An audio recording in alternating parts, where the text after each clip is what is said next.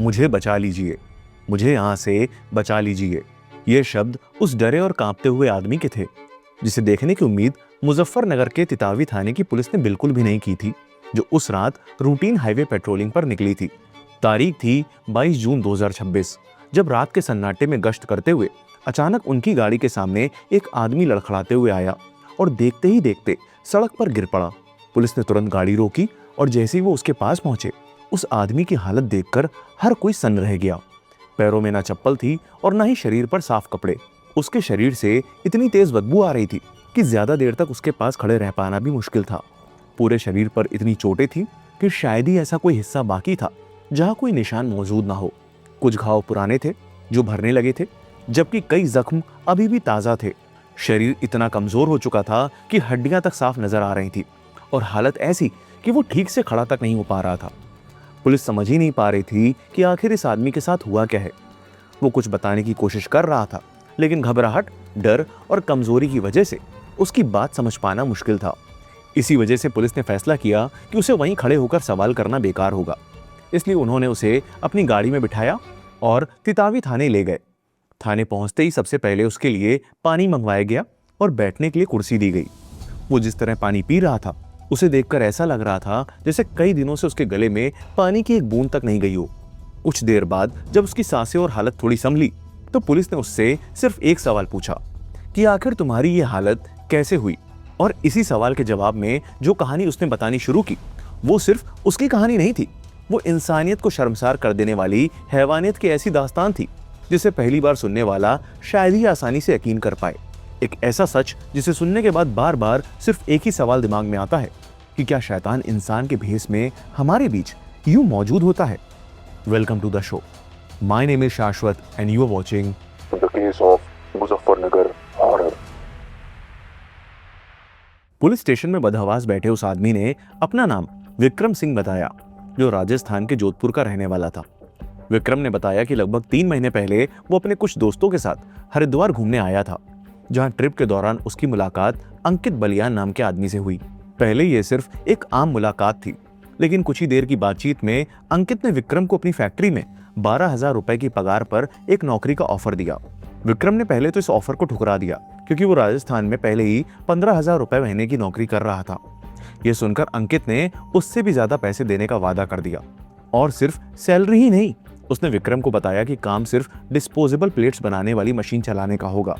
रोज सिर्फ 8 घंटे की ड्यूटी, रहने की जगह भी मिलेगी और खाना भी। कम मेहनत, ज्यादा सैलरी और रहने खाने की फ्री सुविधा। किसी भी मजदूर के लिए यह एक बेहतर मौका लग सकता था, और विक्रम के साथ भी वही हुआ। आखिरकार उसने अपना फैसला बदल दिया। इतना ही नहीं, उसने अपने साथ आए दोस्तों से भी ये कह दिया कि वो उसका इंतजार ना करें और अकेले ही घर लौट जाएं। उस वक्त विक्रम को बिल्कुल भी अंदाजा नहीं था कि जिस नौकरी को वो अपनी जिंदगी का एक बेहतर मौका समझ रहा है, वही उसके जी का जंजाल बनने वाली थी। हरिद्वार से मुजफ्फरनगर तक के सफर में विक्रम ने कई बार अंकित से उस फैक्ट्री का पता पूछा, लेकिन हर बार अंकित या तो बात को टाल देता या फिर कोई नया बहाना बना देता। गाड़ी के शीशे पूरी तरह टिंटेड थे, ऊपर से रात का अंधेरा। विक्रम चाहकर भी ये नहीं देख पा रहा था कि उसे आखिर कहां ले जाया जा रहा है। रात काफी हो चुकी थी और लंबी जर्नी की थकान के चलते विक्रम की भी आंख लग गई थी। जब अंकित की आवाज से उसकी नींद खुली तो वो फैक्ट्री पहुंच चुके थे। गाड़ी से उतरते ही विक्रम ने एक बार फिर फैक्ट्री और उस जगह के बारे में पूछने की कोशिश की, लेकिन पहले की तरह इस बार भी अंकित ने उसकी बात अनसुनी कर दी। फर्क सिर्फ इतना था कि कुछ घंटे पहले तक जो शख्स उसे दोस्त की तरह बात कर रहा था, अब उसका रवैया पूरी तरह बदल चुका था। उसके चेहरे से अपनापन गायब था और वो ऐसे बर्ताव कर रहा था जैसे विक्रम को जानता ही ना हो। विक्रम इसके पहले इस बदले हुए बर्ताव का मतलब समझ पाता, उससे पहले ही वहां मौजूद कुछ लोग उसकी तरफ बढ़ते हैं और देखते ही देखते उसे पकड़ लेते हैं। किसी ने उसका बैग छीना तो किसी ने मोबाइल, वॉलेट और उसका आधार कार्ड तक। विक्रम लगातार पूछता रहा कि आखिर उसके साथ ये सब क्यों किया जा रहा है, लेकिन उसकी किसी भी बात का कोई जवाब नहीं मिला। अकेला विक्रम उन सब के सामने पूरी तरह बेबस था। इसके बाद जो हुआ उसने उसके होश उड़ा दिए। उसकी आंखों के सामने ही उसका आधार कार्ड जला दिया गया और मोबाइल फोन तोड़कर जमीन पर फेंक दिया गया। विक्रम चीखता रहा, मुझे छोड़ दो, मुझे यहां से जाने दो, लेकिन उस रात उसकी आवाज सुनने वाला वहां कोई नहीं था। सारा सामान छीनने के बाद वो लोग उसे फैक्ट्री के आखिरी हिस्से में बने एक छोटे से कमरे तक घसीट कर ले गए और बाहर से दरवाजा बंद कर दिया, उस वक्त तक विक्रम सिर्फ इतना समझ पाया था कि वो बुरी तरह फंस चुका है, लेकिन उसे बिल्कुल भी अंदेशा नहीं था कि इंसान के भेष में छुपे उन राक्षसों की हैवानियत की यह सिर्फ शुरुआत थी। उस बंद कमरे में बैठे विक्रम के पास अब ना तो ये जानने का कोई तरीका था कि आखिर वो किस जगह है, और ना ही अपने परिवार या दोस्तों से संपर्क करने का कोई जरिया। मोबाइल, वॉलेट और पहचान तक उससे छीनी जा चुकी थी। अगर कुछ बचा था तो बस अंकित पर भरोसा करके उसके साथ आने के अपने फैसले पर पछतावा। अंधेरे में बैठा वो लगातार बस एक ही बात सोच रहा था, आखिर उसके साथ क्या होने वाला है। कुछ ही देर बाद कमरे का दरवाजा खुला और बाहर खड़े एक आदमी ने बिना कुछ कहे उसे बाहर आने का इशारा किया। विक्रम चुपचाप उसके पीछे चल पड़ा, लेकिन जैसे ही वो कमरे से बाहर निकला और चारों तरफ नजर घुमाई, उसके होश उड़ गए। यह जगह किसी मैन्युफैक्चरिंग फैक्ट्री से ज्यादा एक हाई सिक्योरिटी जेल लग रही थी। चारों तरफ ऊंची ऊंची दीवारें, उनके ऊपर लगे इलेक्ट्रिक फेंसेस, हर कोने पर सीसीटीवी कैमरास और गेट पर पहरा देते लोग। इतना ही नहीं, हर एंट्री पॉइंट पर 2 खूंखार पिटबुल बांधे गए थे, मानो यहां से भागने की कोशिश करने वाले के लिए हर रास्ते पर पहले से बंदिश लगा दी गई हो। कुछ ही देर बाद वो आदमी विक्रम को उस हॉल में ले गया जहां डिस्पोजेबल प्लेट्स बनाने की मशीन्स लगी हुई थी। तेज शोर मचाती मशीनें, पिघलती प्लास्टिक की घुटन भरी बदबू और धुंधली रोशनी के बीच पहली नजर में सब कुछ आम फैक्ट्री जैसा लग सकता था। लेकिन अगले ही पल विक्रम की नजर उन लोगों पर पड़ी जो उन मशीन्स के सामने काम कर रहे थे, और तब उसे समझ आया कि वो यहाँ अकेला नहीं था। उस हॉल में उसके अलावा 11 और लोग मौजूद थे। शायद उन सबको भी कभी इसी तरह किसी झूठे वादे के साथ यहाँ लाया गया था। हैरानी की बात यह थी कि विक्रम के अंदर आने के बाद भी उनमें से किसी एक ने भी उसकी तरफ देखने की कोशिश नहीं की। सब बिना कुछ बोले, सिर झुकाए, बस मशीन चलाते रहे, जैसे बोलना या किसी से नजर मिलाना भी मना हो। उनके अंदर धसे गाल, ग्रीस से सने फटे पुराने कपड़े, खून सी लाल आंखें और कंकाल बन चुके शरीर बता रहे थे कि उन्होंने सिर्फ नींद ही नहीं, शायद इंसान की तरह जीना भी कब का छोड़ दिया था। तभी विक्रम की नजर एक कम उम्र के लड़के पर पड़ी। डिस्पोजेबल प्लेट्स की भारी ढेर उठाते वक्त जैसे ही उसके कपड़े थोड़े ऊपर हुए, उसके पूरे शरीर पर पड़े पुराने और ताजा जख्मों के निशान साफ नजर आ गए। यह देखते ही विक्रम के लिए समझना मुश्किल नहीं रहा कि वो किसी फैक्ट्री में काम करने के लिए नहीं, बल्कि एक ऐसी कैद में लाया गया है जहां हर इंसान की कहानी शायद उसी की तरह शुरू हुई थी। अपनी आंखों के सामने चल रहे उस खौफनाक मंजर के सदमे से विक्रम अभी बाहर भी नहीं निकल पाया था कि तभी कुछ लोगों ने उसे पकड़कर एक मशीन के सामने ला खड़ा किया। ना किसी तरह की ट्रेनिंग दी गई, ना मशीन चलाने का तरीका समझाया गया। बस एक ही धमकी दी गई कि यहाँ रोना धोना नहीं चलेगा। सुबह 4 बजे से रात 12 बजे तक ये मशीन चलनी चाहिए, और अगर 1 मिनट के लिए भी ये रुकी तो तुम्हारी खाल उधेड़ दी जाएगी। इसके बाद उससे कहा गया कि अब उसका काम हर घंटे हजारों डिस्पोजेबल प्लेट्स स्टैम्प करना, उन्हें पैक करना और भारी बोरियों को उठाना है। फिर बिना कुछ और कहे उसे उस मशीन के सामने अकेला छोड़ दिया गया। विक्रम अभी ये समझने की कोशिश कर रहा था कि आखिर वो किस जगह आ गया है। मौका देखकर उसने धीरे से पास खड़े एक मजदूर से पूछना चाहा कि यह जगह कौन सी है, लेकिन उसके मुंह से पूरा सवाल भी नहीं निकला था कि पीछे से अचानक एक मशीन बेल्ट पूरी ताकत से उसके कंधे पर दे मारी गई। चोट इतनी तेज थी कि वो खुद को संभाल भी नहीं पाया और सीधा जमीन पर जा गिरा। अगले ही पल एक आदमी ने उसका कॉलर पकड़कर उसे खड़ा किया और सख्त लहजे में कहा कि दोबारा किसी से बात करते हुए दिखा तो अंजाम बहुत बुरा होगा। इस वाकये से विक्रम समझ चुका था कि उस फैक्ट्री में सिर्फ आज़ादी ही नहीं, बल्कि बात करने का हक भी छीन लिया गया था। धीरे धीरे वक्त बीतने लगा। मशीन चल रही थी, लेकिन देर रात तक भी किसी ने उससे ना पानी पूछा और ना ही खाना। भूख, प्यास और थकान से बेहाल विक्रम बार बार उम्मीद भरी नजरों से इधर उधर देखता रहा कि शायद अब कोई आएगा, लेकिन हर गुजरते घंटे के साथ उसकी यह उम्मीद भी टूटने लगी। आखिर जब प्यास बर्दाश्त से बाहर हो गई तो उसने हिम्मत जुटाकर वहां से गुजर रहे एक आदमी से हाथ जोड़कर बहुत धीमी आवाज में सिर्फ इतना कहा कि सुबह से एक घूंट पानी भी नहीं पिया है, गला सूख रहा है, क्या थोड़ा पानी मिल जाएगा। लेकिन इतना कहते ही सामने वाले ने उसके मुंह पर एक जोर का थप्पड़ जड़ते हुए उसे वापस मशीन चलाने का हुक्म दिया। आखिरकार जब आधी रात के करीब सबको खाना दिया गया तो उसे देखकर विक्रम हैरान रह गया। ना कोई बर्तन था, ना दाल, ना सब्जी, बस चोकर से बनी सूखी रोटियां जिन पर सिर्फ नमक और पिसी हुई लाल मिर्च लगी थी। हर व्यक्ति के लिए बस एक रोटी थी जिसे उसके सामने फैक्ट्री की गंदी फर्श पर फेंक दिया गया था। इन रोटियों को निगलना भी मुश्किल था, लेकिन भूख इतनी थी कि उनके पास से खाने के अलावा कोई और रास्ता भी नहीं बचा था। वो सूखी रोटियां खाते ही सबको फिर से मशीन के सामने काम करने के लिए झोंक दिया गया। घंटों से लगातार खड़े होकर काम करते करते विक्रम के पैर जवाब देने लगे थे। इसलिए जब दर्द बर्दाश्त के बाहर हो गया और उसे लगा कि शायद कोई उस पर ध्यान नहीं दे रहा, तो उसने बस कुछ पल के लिए ही मशीन के पास जमीन पर बैठकर अपने पैरों को आराम देने की कोशिश की। लेकिन उसे क्या पता था कि उस फैक्ट्री में सिर्फ लोग ही नहीं, ऊपर लगे सीसीटीवी कैमरा भी हर पल सब पर नजर रखे हुए थे। अगले ही पल हाथ में मोटा डंडा लिए एक आदमी दौड़ता हुआ आया और बिना कुछ पूछे विक्रम पर टूट पड़ा। डंडे तब तक बरसते रहे जब तक वो दोबारा खड़ा होकर मशीन नहीं चलाने लगा। मार खाते वक्त विक्रम ने एक बार उन बाकी 11 मजदूरों की तरफ इस उम्मीद से देखा कि शायद उनमें से कोई तो कुछ बोलेगा, लेकिन किसी ने भी अपनी नजर तक नहीं उठाई। सब सिर झुकाए चुपचाप अपना काम करते रहे। उनके चेहरों पर सिर्फ डर था। उसी पल विक्रम समझ गया कि ये लोग पत्थर दिल नहीं थे, बल्कि रोज रोज के अत्याचार ने उनसे रिएक्ट करने की ताकत ही छीन ली थी। काम खत्म होने के बाद जब आखिरकार देर रात मशीन बंद हुई, तो फैक्ट्री के गुंडे विक्रम और बाकी सभी मजदूरों को हड़काते हुए फैक्ट्री के पिछले हिस्से में बने एक छोटे से अंधेरे कमरे तक ले गए और एक एक कर उन्हें मवेशियों जैसे धकेल कर बाहर से ताला लगा दिया गया। न वहां लेटने के लिए बिस्तर था, न हवा के लिए पंखा, लेकिन बेतहाशा थकान और रोज की आदत के चलते वो सभी मजदूर बिना कुछ कहे उसी सख्त जमीन पर सिमट कर लेट गए। विक्रम भी वहां एक कोना पकड़कर जमीन पर लेट गया। शरीर बुरी तरह थक चुका था, लेकिन नींद उसकी आंखों से कोसों दूर थी। हर करवट के साथ उसके जख्म दर्द से करा उठते और हर गुजरते पल के साथ उसके दिमाग में सिर्फ एक ही ख्याल घूमता कि क्या वो अपने परिवार को दोबारा कभी देख पाएगा या उसकी जिंदगी अब इसी अंधेरे कमरे में खत्म हो जाएगी। बड़ी मुश्किल से विक्रम की आंख कुछ पल को लगी ही थी कि घड़ी पर सुबह के 4 बजते ही कमरे का दरवाजा खुलता है और कुछ गुंडे अंदर घुसते ही सभी मजदूरों को लात मार मार कर उठाना शुरू कर देते हैं। चलो बाहर निकलो, मशीन चालू करो। इतना सुनते ही सभी बिना कुछ बोले किसी रोबोट जैसे उठ खड़े हुए और अपनी मशीन से सामने जाकर काम में लग गए। पूरी रात सख्त जमीन पर पड़े रहने की वजह से विक्रम का पूरा बदन अकड़ चुका था, लेकिन उसे समझ आ गया था कि इस नर्क में दर्द से ज्यादा खतरनाक सिर्फ एक ही चीज थी, रुक जाना। इसलिए वो भी खुद को संभालते हुए चुपचाप मशीन के सामने जाकर खड़ा हो गया।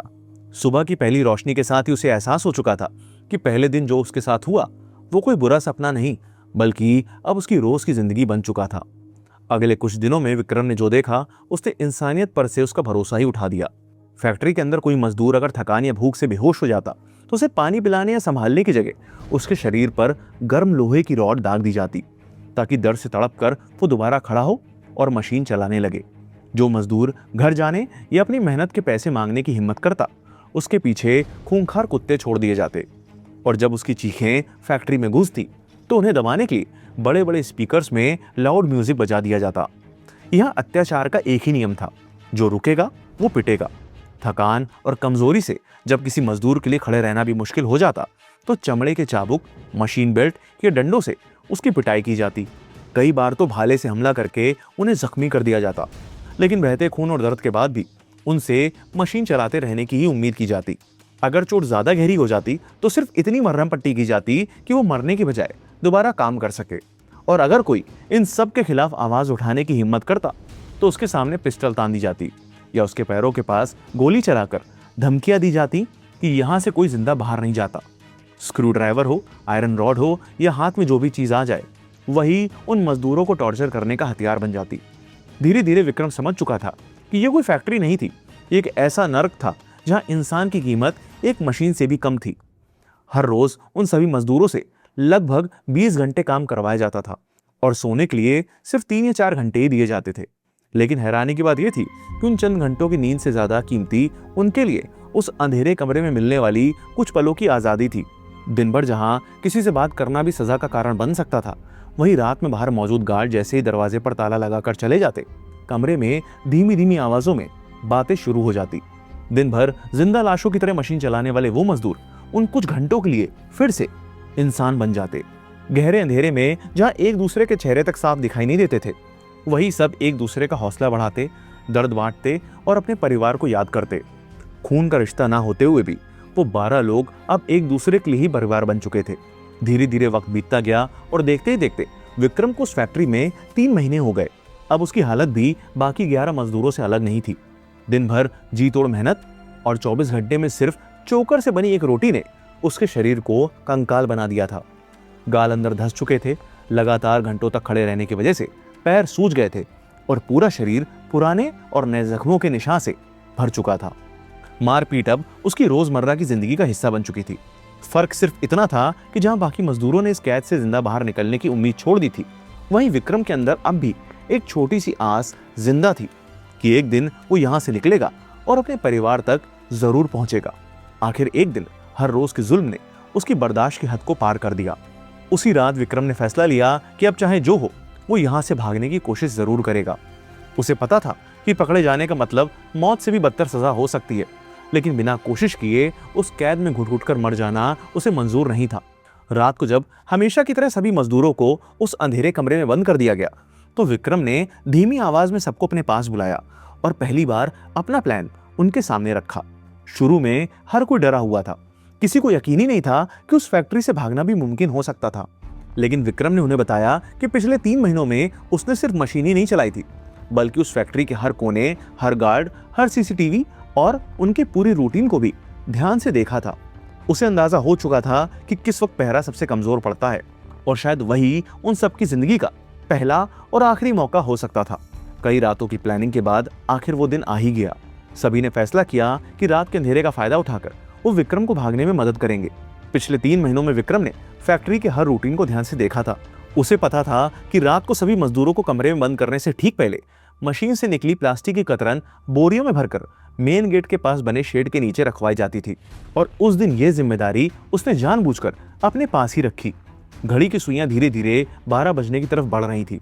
बाहर से सब कुछ रोज की तरह ही लग रहा था, लेकिन विक्रम हर गुजरते मिनट के साथ सही वक्त का इंतजार कर रहा था।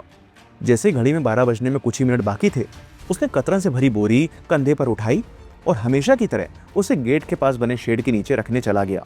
बोरी रखने के बाद वो वापस लौटने की बजाय उसी कतरन के ढेर के पीछे चुपचाप बैठ गया। अब बस एक ही चीज उसके और आजादी के बीच थी, वक्त। उसका दिल इतनी तेज धड़क रहा था कि उसे खुद लग रहा था कि जैसे उसकी धड़कन की आवाज बाहर तक सुनाई दे रही हो। अगर अगले कुछ मिनट में किसी गार्ड ने शेड के अंदर झांक लिया होता तो शायद वही उसकी जिंदगी का आखिरी पल होता। लेकिन कभी कभी वक्त को बदलने के लिए हौसले के साथ की जरूरत होती है। आखिरकार रात के ठीक 12 बजे गार्ड हमेशा की तरह बाकी मजदूरों को कमरे में बंद करने के लिए उसी गेट से अंदर घुसा। किस्मत से वो नशे में डूबा हुआ था, इसलिए जैसे ही वो गेट खोलकर कुछ कदम आगे बढ़ा, विक्रम ने मौका देखते ही कतरन के ढेर के पीछे से निकलकर दबे पांव उसके पीठ पीछे गेट पार कर लिया। सिर्फ कुछ ही सेकंड में वो उस कैद खाने से बाहर था, लेकिन भागना सिर्फ पहला कदम था। विक्रम बिना एक पल रुके अंधेरे में दौड़ने लगा। उसे पता था कि सुबह होने से पहले उसे किसी तरह मदद ढूंढनी होगी। अगर गार्ड्स को उसके भागने का पता चल गया तो सिर्फ उसकी ही नहीं, अंदर बंद बाकी 11 मजदूरों की जान भी खतरे में पड़ सकती थी। नंगे और जख्मी पैरों के साथ वो खेतों और कच्चे रास्ते से गुजरता हुआ लगातार दौड़ता रहा। भूख, प्यास और कमजोरी ने उसके शरीर को कपका तोड़ दिया था, लेकिन उस वक्त उसका जिस्म नहीं, सिर्फ उसका इरादा दौड़ रहा था। न उसे रास्ते का पता था, न मंजिल का। बस इतना यकीन था कि अगर वो रुक गया तो शायद कभी जिंदा वापस नहीं लौट पाएगा।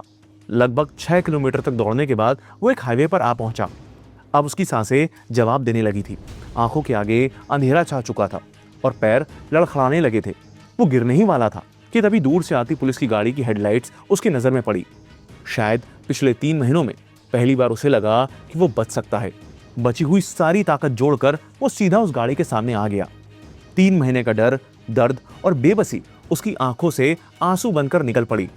उसे समझ आ चुका था कि शायद अब वो बच गया है, और अगले ही पल हाथ जोड़ते हुए वो वहीं सड़क पर बदहवास गिर पड़ा।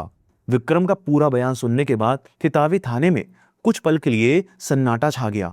पुलिस ने अपने करियर में कई खौफनाक जुर्म देखे थे, लेकिन इंसानियत को इस हद तक कुचलते हुए शायद पहली बार सुना था।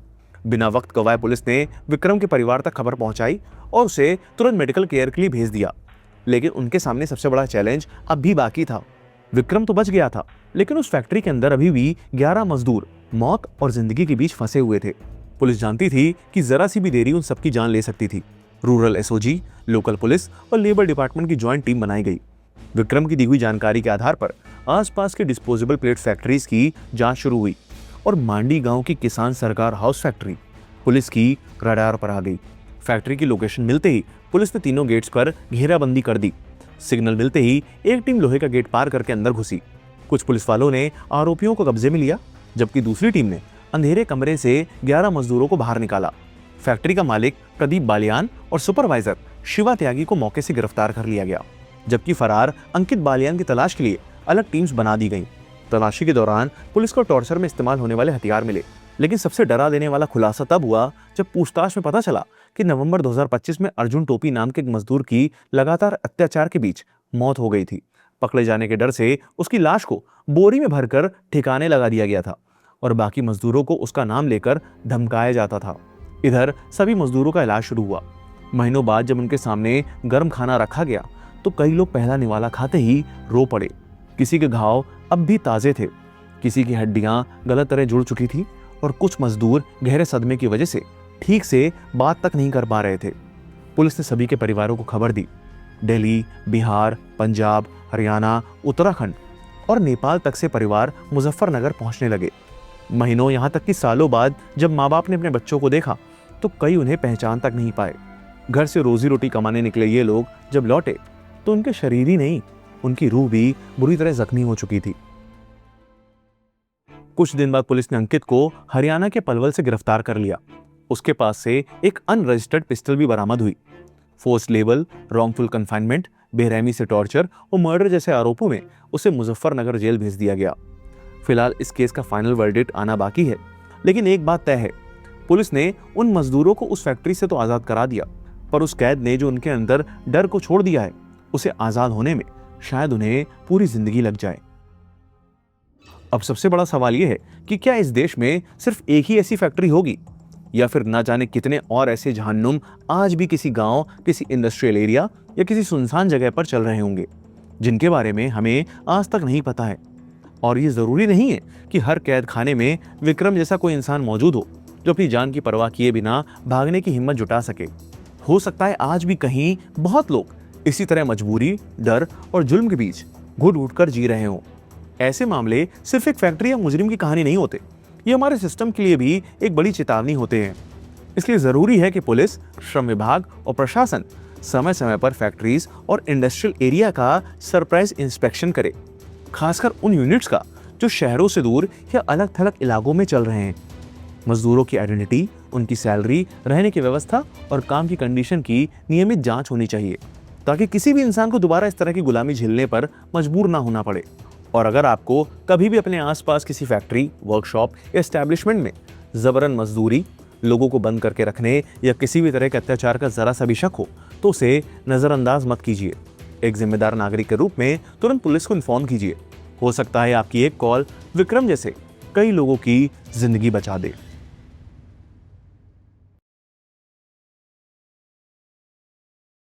अगर आप क्राइम केसेस ऑडियो फॉर्म में सुनना पसंद करते हैं तो आप स्पॉटिफाई पर हमारे पॉडकास्ट को सुन सकते हैं, जिसका लिंक डिस्क्रिप्शन में दिया हुआ है। और ढेर सारा प्यार और सपोर्ट देने के लिए दिल से थैंक यू।